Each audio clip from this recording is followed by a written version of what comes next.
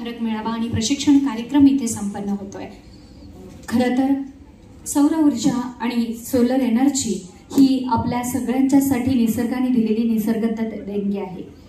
म्हणूनच मी म्हणेन की बचत करा, ऊर्जेची प्रगती होईल देशाची।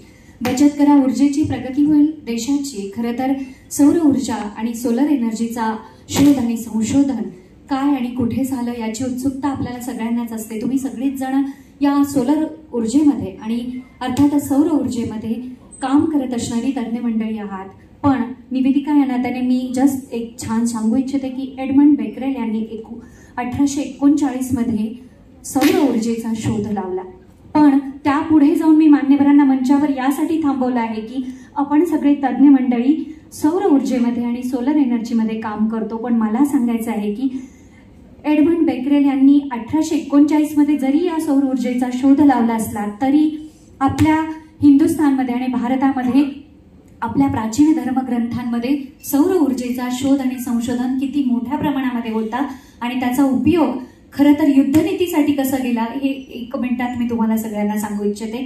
कारण आपल्या महाभारत आणि रामायणामध्ये याचा संदर्भ दाखले दिले जातात, ती म्हणजे सौर ऊर्जेच्या माध्यमाने आपल्या ऋषी मुनींनी खास शोध आणि संशोधन केलं आणि अग्निबाण आणि सूर्य अस्त्र अशी महान अस्त्र आणि त्यासोबतच बाण निर्मिती या सौर ऊर्जेच्या माध्यमाने केली आणि त्याचे पाईक तुम्ही पुढे आजच्या या आधुनिक युगामध्ये आहात। म्हणून या सगळ्यांच्यासाठी आणि तुम्हा सगळ्यांच्यासाठी एकदा जोरदार टाळ्यांचा कडकडाट होऊ। मंचावर मान्यवर आहेत, त्यांचा आपण लगेचच सन्मान करून घेऊयात। अर्थातच आजच्या कार्यक्रमासाठी खास हिरे माणिक रत्न अशी मान्यवर मंडळी आहे आणि ज्या व्यक्तिमत्वाला खास आपण निमंत्रित केलं आहे त्यांना मी इथे मध्ये निमंत्रित करते आहे आणि त्यांचा सन्मान घेताना त्यांचा परिचय तुमच्या सगळ्यांच्या समोर करून देते आहे। ज्या व्यक्तिमत्वाचा नामोल्लेख करताना निवेदिका या नात्याने मी त्यांच्या नावाचा संधी विग्रह करेन। ज्या व्यक्तिमत्वाचं नाव आहे माननीय विनोद शिरसाट।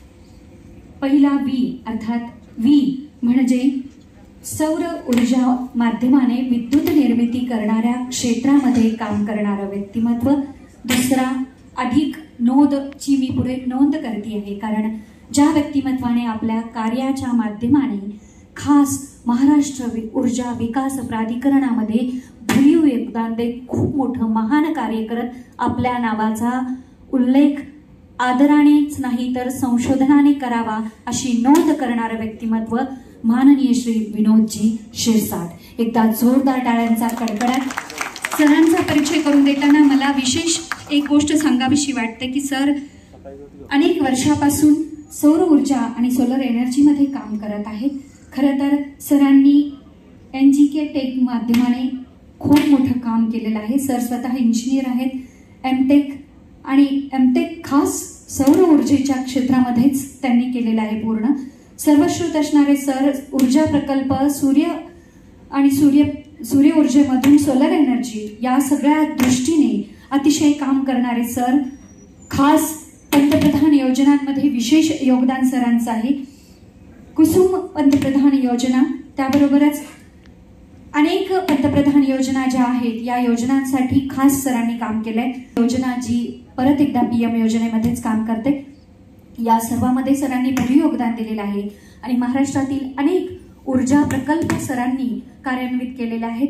बायो एनर्जी प्रकल्प, पवन ऊर्जा प्रकल्प, सरकारी इमारतींचे अनेक सोलर प्रणाली तसेच अनेक भव्य प्रकल्पामध्ये सरांनी आपलं अमूल्य योगदान दिलेलं आहे। आणि सरांच्या विषयी एका छोट्याशा शेअरमध्ये मी सांगू इच्छिते की ये ऐसा सितारा है जो दूसरों की चमक से नहीं चमकता, ये ऐसा सितारा है जो दूसरों की चमक से नहीं चमकता, ये ऐसा व्यक्तित्व है जो सूरज की ऊर्जा को जनमानस में पहुंचाने के लिए सारे जग को प्रकाशमान है करता, सारे जग को प्रकाशमान है करता। विनोदजी शिरसाट। एकदा जोरदार टाळ्यांचा कडकडाट आणि त्यांना सन्मानित करण्याची विनंती माननीय सिजुके राज सरांना करते। कृपया त्यांना सन्मानित करावं। लिमिटेडचे माननीय सिजुके राज सर बिझनेस हेड आहेत आणि सन्मानित करतात आपल्या आजच्या कार्यक्रमाचे महनीय मान्यवर आणि त्यांना खास पुष्पगुच्छ आणि भेटवस्तू देऊन त्यांना सन्मानित केलं जात आहे।